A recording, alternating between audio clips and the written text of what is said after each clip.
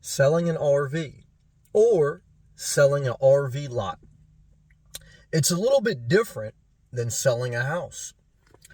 I went through the house selling process, and I recently purchased an RV lot with an RV that I own. And it's a little bit different than owning a standard house or condo because the RV lot is very interchangeable and it's a very clean slate to work with. Let me explain. So we know, like a house and a condo, you have the sheetrock, you have the hot water heater, you have the foundation, you have the lawn, you have the roof, you have the siding.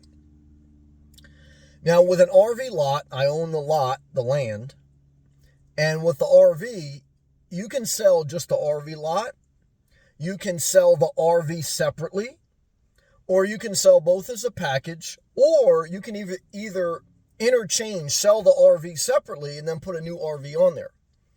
And I'm kind of playing with those interchangeable parts. I'm thinking after 2 months now owning this RV lot with the RV on it, I mainly purchased it because it was a lot of land on the beach in South Florida.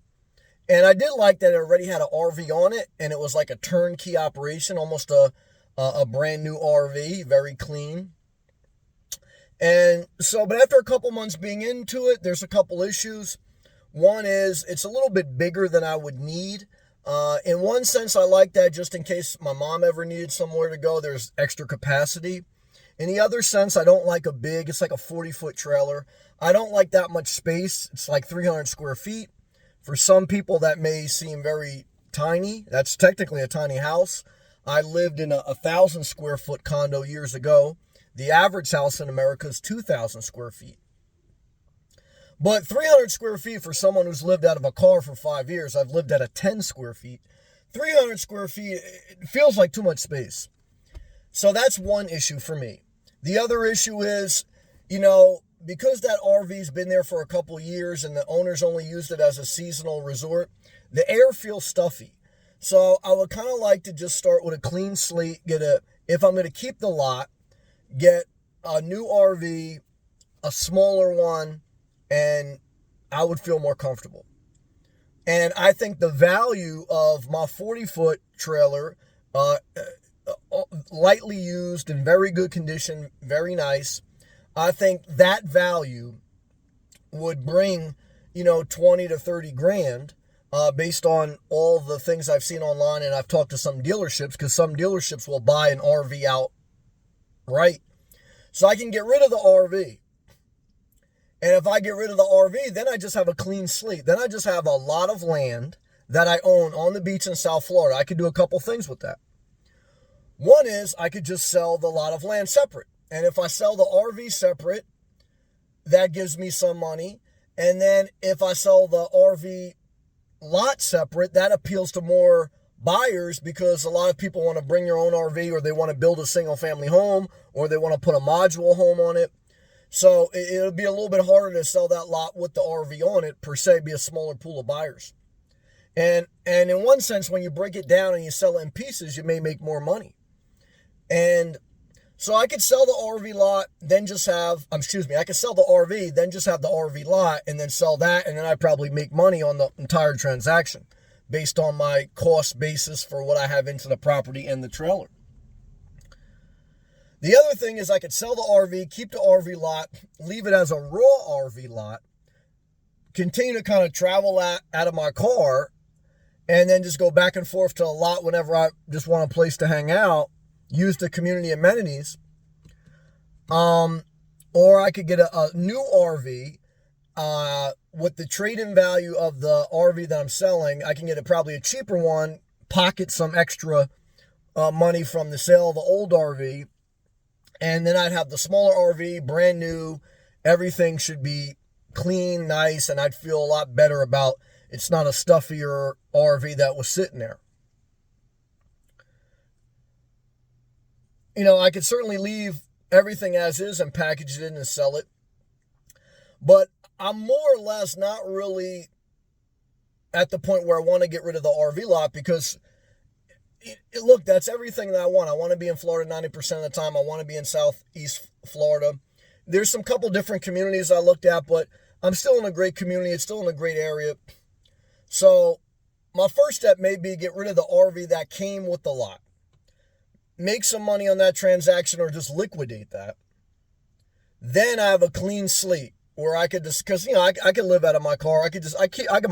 My belongings are in my car. I really only use the RV lot for a place at night, and I go in the RV as I need. So if I have the lot of land locked in, that's good. I can get a smaller RV, or it'd be easier to sell the RV lot empty, and then you probably make more money because you sell things in pieces rather than all one lump. You tend to make more money on each transaction, just a little bit more aggravation on my part. So what I like about the RV lot, I get rid of the RV. What I like about the RV lot, if I ever sell that, it's not a big process like selling a house or a condo where the sellers are going through this, the buyers are going through this big walkthrough. Then there's this big inspection and renegotiation. A RV lot is just a pad. It may have some grassy area, which I have, which is nice. And it's pretty much you get what you see. And the utility hookups are there. Certainly you can inspect them. But there's not like, you don't hold your breath. It's like, and it's in a community HOA. They take care of all the common property. And that's all easy to show because it's always well maintained. And that's what I like about HOA and an RV lot. Like, you know what I mean? I don't have to go through this big anxiety if I want to interchange parts. Whether get rid of the RV, put a new one there, get rid of the RV, just use that as a landing spot once in a while, go back to, put a smaller RV there, or just have the lot. And when I package up and sell it, it's not this big process of selling a house because it's not like, oh, well, I don't know about the kitchen. It needs to be redone. Oh, the roof is old. The windows are old. No, it's just a lot. And you get what you see. And the inspection, you inspect the utilities. That's fine. There's nothing wrong with them. So I hope I'm communicating this good because I know some people don't have the experience of buying an RV lot. They maybe only bought a house or a condo. But what I like about simplicity is I have a lot of options now. I'm getting very excited again because it was a little bit of downer. It's a lot of anxiety buying something after I haven't bought anything. I've lived out of a car for 5 years. So I'm starting to feel better. Even if I do nothing, I just keep the RV lot the way it is with the RV on it that I bought.